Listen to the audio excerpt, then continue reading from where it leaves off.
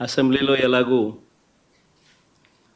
ప్రతిపక్షం చెప్తా ఉన్న మాటలు ఎలాగూ వినే పరిస్థితి, అసెంబ్లీ నుంచి ప్రజలకు తెలిపే పరిస్థితి లేని పరిస్థితుల మధ్య మీ ద్వారా ప్రజలకు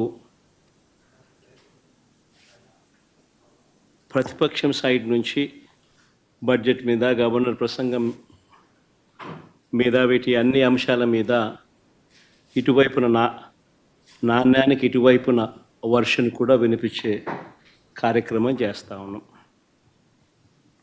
నిజంగా చంద్రబాబు నాయుడు గారి 2 బడ్జెట్లు ఇవాళ చంద్రబాబు నాయుడు ప్రవేశపెట్టిన 28వ తారీఖున తాను ప్రవేశపెట్టిన బడ్జెట్తో 2 బడ్జెట్లు తను ప్రవేశపెట్టినట్లు అయింది. ఈ 2 బడ్జెట్లు చంద్రబాబు నాయుడు గారివి గమనించినట్లయితే బాగా ప్రస్ఫుటంగా కూడా కనిపించేటి ఏమిటి అని అంటే, చంద్రబాబు గారు అన్ని రకాలుగా ప్రజలను మోసం చేసిన తీరు తేటతెల్లంగా కనిపిస్తుంది. ఎన్నికలకు ముందేమో బాబు షూరిటీ, భవిష్యత్ గ్యారంటీ, ఎన్నికలు అయిపోయిన తర్వాత మాత్రం బాబు షూరిటీ, మోసం గ్యారంటీ అన్న పద్ధతిలోనే ఆయన పాలన సాగుతూ ఉంది. బడ్జెట్ స్పీచ్ అంతా కూడా చూస్తే, బడ్జెట్ కానీ గవర్నర్ ప్రసంగం కానీ ఏది చూసినా కానీ కనిపించేది ఒకటే. గవర్నర్ ప్రసంగంలో వీళ్ళు రిప్లై ఇచ్చేటప్పుడు కానీ, బడ్జెట్ స్పీచ్లో కానీ ఎక్కడ చూసినా కానీ మనకు కనిపించేటివి 2 కనిపిస్తాయి.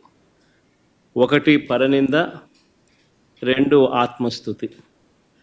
ఈ 2 మాత్రం బాగా ప్రస్ఫుటంగా కనిపిస్తాయి.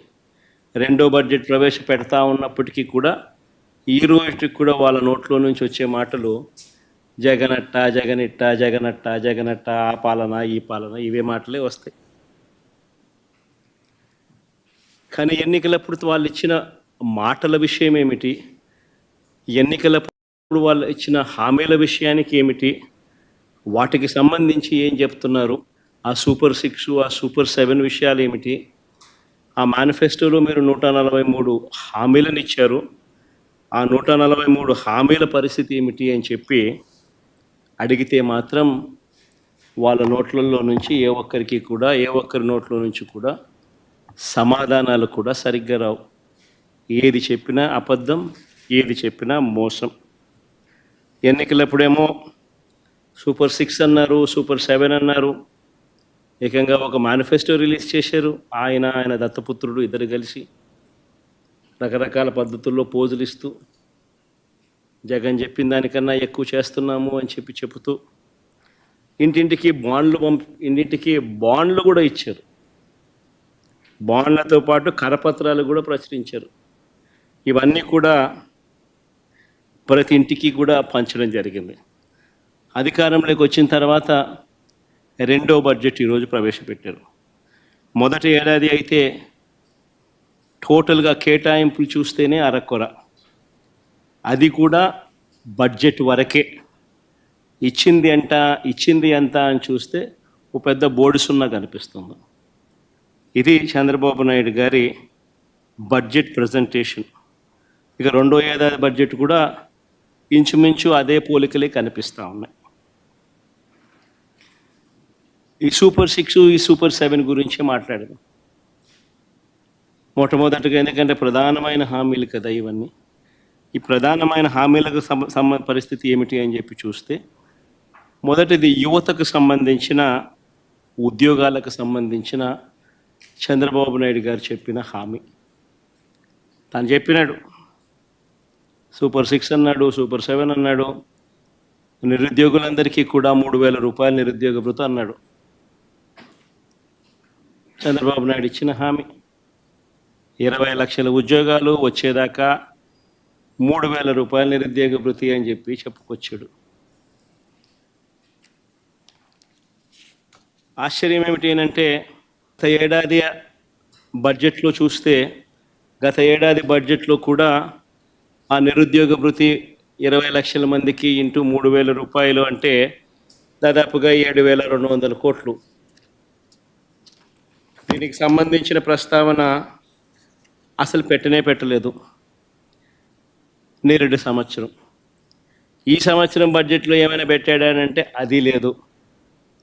పరిస్థితి గమనిస్తే రాష్ట్ర అసెంబ్లీలో గవర్నర్ గారి చేత ఇచ్చే స్పీచ్లో ఏకంగా గవర్నర్ గారి ప్రసంగానికి సంబంధించిన వర్షన్ తెలుగు కాపీస్ అన్నీ కూడా ప్రతి శాసనసభ్యుడికి కౌన్సిల్ సభ్యులందరికీ కూడా బుక్స్ కూడా పంపిణీ చేశారు.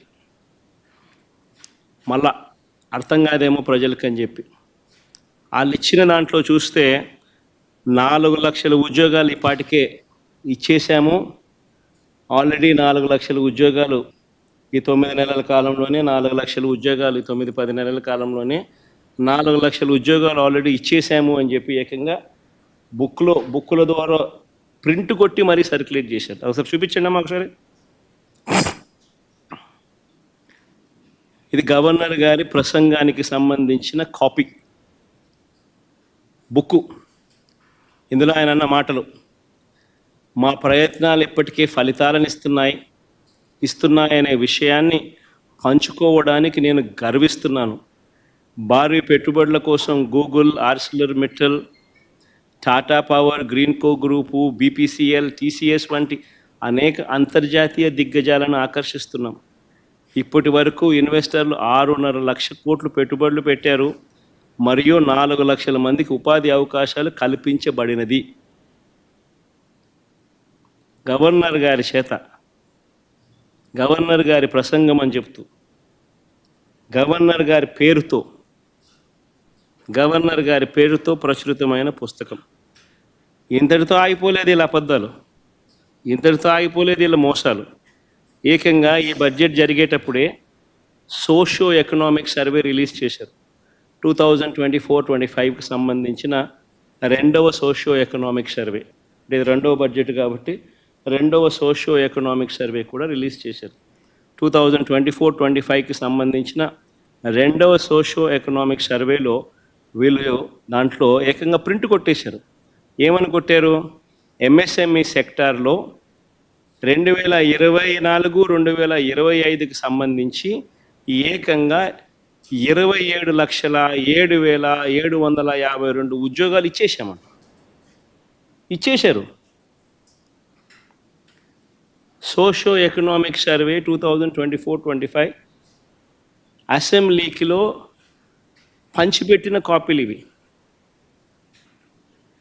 రిలీజ్ చేసిన కాపీలు.